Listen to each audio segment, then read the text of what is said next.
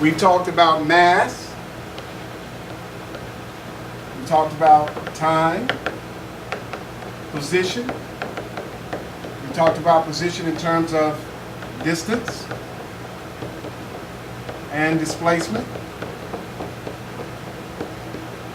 We've also talked about speed, or distance in terms of speed. And we've also talked about displacement in terms of velocity. Okay. The next thing that we want to talk about is velocity in terms of acceleration.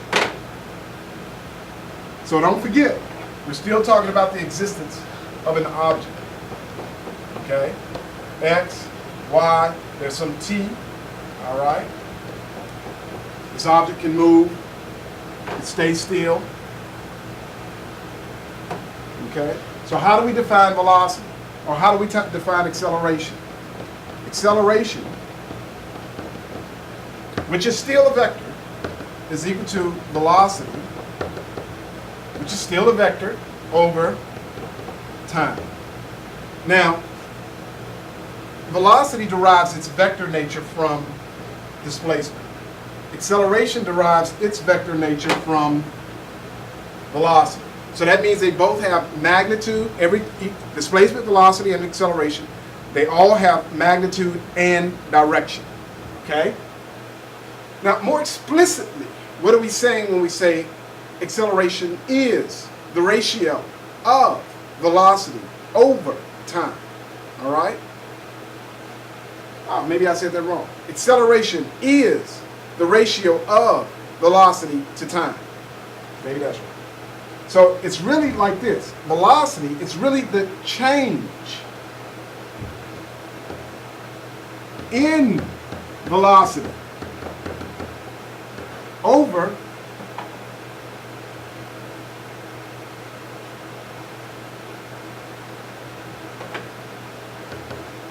is really the change in velocity over the time for that event to take place.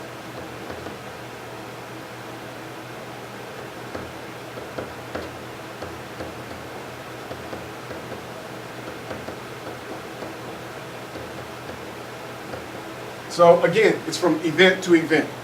Initial event. The event is the final event minus the initial event. Okay, so our time period, if you want to think about it. You basically have a stopwatch, or you have a timer.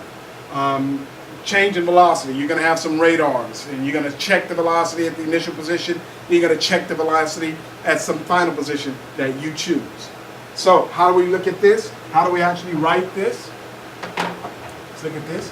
Acceleration, I'm going to put a little, this is something that I'm introducing now. It's a little arrow on top. So acceleration is just the change in velocity over the change in time. And typically we're not actually writing time. We're actually writing t. Okay? So that t is the time for this event to take place. The delta, I'm not writing that very good, but that delta up here, it's a Greek symbol. In case you guys don't understand what I'm saying, delta, D-E-L-T-A. This delta represents the change in velocity. So more explicitly, this is going to be the final velocity minus the initial velocity divided by the time it takes an object. This can be our object to move from some initial velocity, which could be in this direction, to some final velocity, which could be in whichever direction you want to look at. Some final velocity later on. Okay, so this block actually moves to a different location. That's acceleration. If you wanted a real life example, let's just say that you're driving 35 miles per hour. You're on a feeder ramp. The feeder ramp is going to move you to a freeway or a highway that's going to be moving at 65 miles per hour. So what do you need to do to move from 35 miles per hour to 65 miles per hour? If we looked at that number, our initial velocity was 35 miles per hour, and you're going to move to a final velocity of 65 miles per hour, and you're going to do that, let's just say it's going to happen in a time period of 10 seconds. So that means your acceleration is going to be final velocity minus initial velocity over the t. I'm just going to erase that.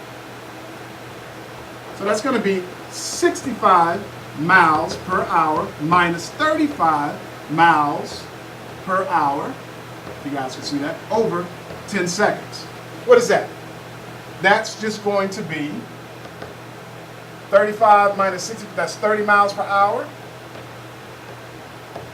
divided by 10 seconds, which is just going to end up being 3 miles per hour per second. So for every second, if it takes you 10 seconds to get to that acceleration, for every second, you're gonna speed up 3 miles per hour. That's the idea. That's going to be your acceleration. So imagine yourself on a speed ramp. Now, the larger this number is, the larger this 3 is, the faster your car can actually accelerate. In some cases, that's all that matters to most people. How quickly can you accelerate? It's what they use to sell you cars.